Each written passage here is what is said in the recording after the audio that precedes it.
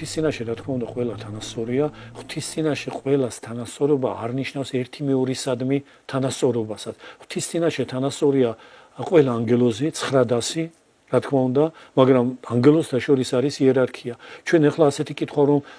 წამოგვეჭრას რომ რატომ არიან სერაფიმნი უფრო აღმატებულნი ვიდრე ქერო ორივე ანგელოზია. ანგელოზური ბუნება, ერთ ბუნება, ერთ არცნი არიან, სერაფიმნი, ქერუბიმნი, საღდანი და ასე შემდეგ 900 რაც ცნობილია ზეცაში. ისინი ერთი ანგელოზური ქმნილებაა, მაგრამ უპირატესნი არიან სერაფიმნი, შემდგომ ქერუბიმნი და სხვა. მაგრამ ეს უპირატესობა არ გახლავთ ასე ვთქვათ, განხრთობის წესით ყველაზე აღმატებული რაცაა, ღვთის წინაშე სასუფეველში დამკვიდრებულობის წესით უპირატესობა. ეს ამ ქვეყნიო ამ შემთხვევაში ადამიანებთან დაკავშირებით მოგახსენებთ, რამდენი მოღვაწეა, ქალი მოღვაწე, რომელიც აურაცხელ მამაკაცზე უკეთესი ხვედრის მიმღები გახდა და სათავსასუფლელ წმინდა ნინო ჩვენი განმანათლებელი რამდენ მამაკაც ადამიანზე უპირატესია სულიერი აღმატებულებით, განხრთობილობით, ღვთის წინაშე წარდგომილობითა და საბოლოო ხვედრად უაღმატებულეს ესე იგი ნეტარეულ წიაღში დამკვიდრებულობით. ასე რომ ეს ამ ქვეყნიური მდგომარეობა სხვადასხვა გაგებითაა, ცხოვრების წესია, მოწესრიგებულობაა, რადგან ორად განიყო ადამიანი მამაკაცად და დედაკაცად და ეს არც მოხდებოდა ადამიანი რომ არ დაცემულიყო, უფალი წინასაჭრელად და რა მის დაცემას როგორც წმინდა მოძღვარნი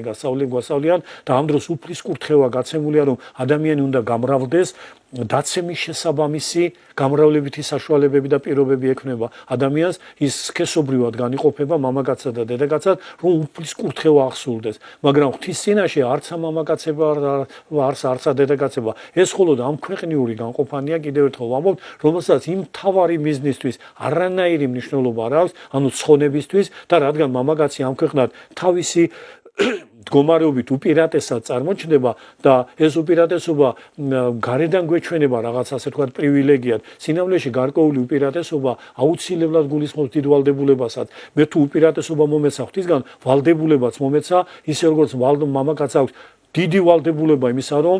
უწინამძღვროს ოჯახს ამ შემთხვევაში თავის მეუღლეს და როდესაც მამაკაცისა და დედაკაცის ურთიერთობაზეა მსჯელობა და წარმოჩნდება ისე როგორც ქრისტეა თავი ეკლესიისა ეკლესიასთან მისი მიმართება მოიყევანება ნიმუშად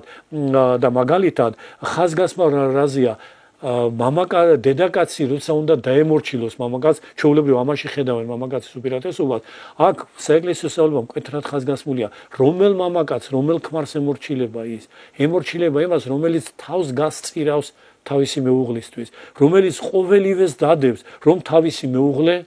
რაიმე განსაცდელს გადაარჩინოს. აი ესეთი სიყვარულის დროს, ასეთი თანამეუღლეობითი სიყვარული, როდესაც არის, ვინ წინაპლაზია და ვინ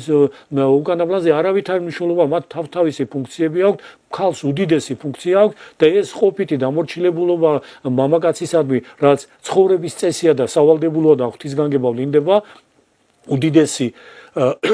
უდიდესი სამოქმედო წესია ოჯახისა ღვთისგან დანერგილი, რომ მამაკაცი უპირატესი ოჯახის წინამძღოლი, მეუღლე, ღირსეული მეუღლე, მას დამორჩილებული, მაგრამ ეს ყველაფერი მხოლოდ ურთიერთსიყვარულში, ეს რომ არანაირად არ აკნინებს ბუნებითად ქალის მდგომარეობას, ამის ყველაზე დიდი ნიმუში გახლავთ ის, რომ განხრთობის მწვერვალზე თავად ბუნებითად ქალი ყოვლადწმინდა ღვთისმშობელია. მან ქალური მდგომარეობა თავის თავში,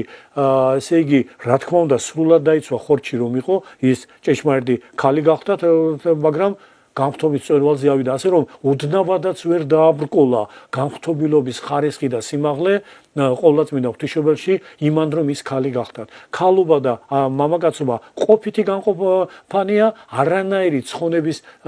მიხედვით ამას მნიშვნელობა არ აქვს და ამ გაგებითაა სწორედ იმ ცხონების პერსპექტივაში და სასუფეველში დამკვიდრებულობისა და მაცხვართან თანამეუფების ნიშნით თანასწორნი ყველანი ღვთის წინაშე. ამ გაგებით ის ჭრեց ყველა ადამიანს.